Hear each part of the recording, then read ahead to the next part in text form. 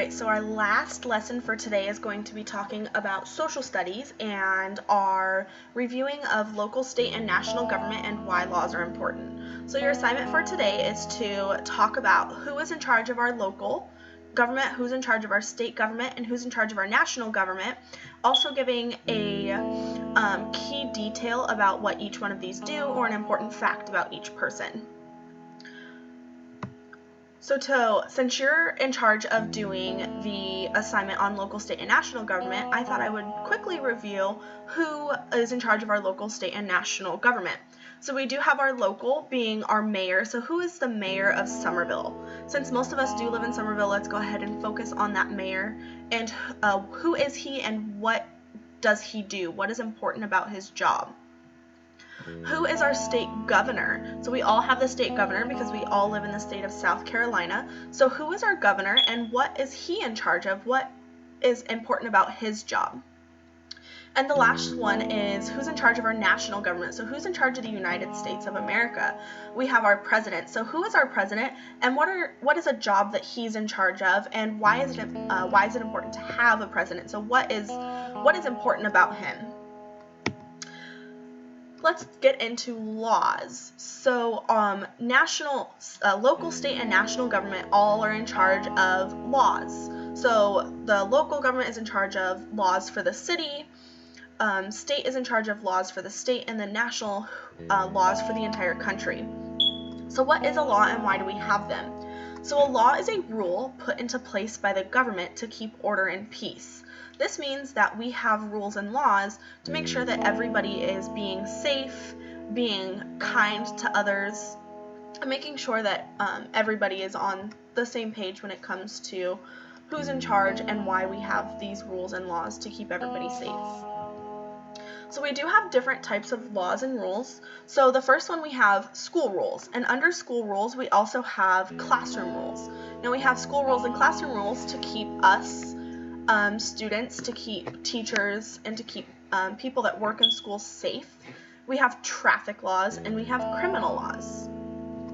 We're going to dive deeper into each type of these laws. So we're first going to start with school rules. So when we think about rules, Alston Bailey has pride. What is pride?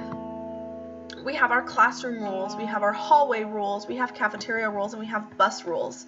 So some of the things to think about in the classroom is we don't like to talk while others are talking. That's one of our classroom rules because it's respectful and it's making sure that everybody's voice is being able to be heard. Our hallway rules, facing forward, standing on the third tile, and making sure we're not talking to those around us. We have those and we do like to follow those. We're really good at making sure that we are examples to our upper and lower grades, so kindergarten, 1st, 3rd, 4th, and 5th graders. You guys do a great job at making sure that you guys are setting an example of how to act in the hallway.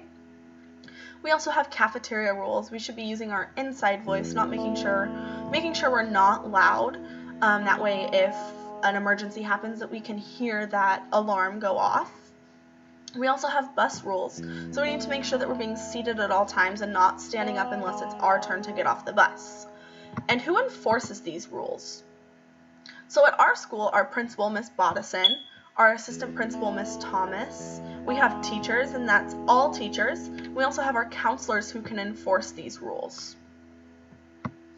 The next one, traffic laws. So our traffic laws, you need a license to drive.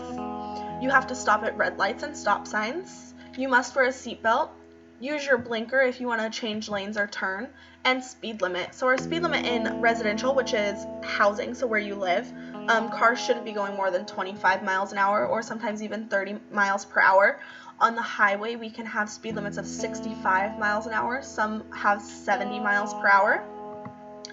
And the people that enforce these laws are police and state troopers. So if you're going too fast, they can pull you over and remind you, hey, the speed limit is 25 miles per hour or the speed limit is 70 miles per hour and you are going too fast. So I'm going to give you a ticket as a reminder. You need to slow down for safety. We also have crossing guards, and crossing guards are people who stand at lights at the intersections and help people cross the street. So a lot of the times crossing guards are placed at schools for people who are walking home, and these crossing guards stop traffic, and they put up their handheld stop sign and make sure that no cars are passing while people are crossing the street. The next type of law, we have stealing, vandalism, which is destroying other people's property. So it could be as simple as writing on somebody's wall. It could be breaking something that's not yours. Robbery, murder, fighting, and trespassing. And trespassing is going onto somebody else's property without permission. And the people that can enforce these laws are police, detectives, and judges. Now, your assignment for school is to tell me who the mayor, the governor, and the president are, and an important fact or an important job that each one of these do. But in this video, I would like you to go ahead and respond to a class rule, a traffic law, and a criminal law that was not previously listed in the slides that we just talked about.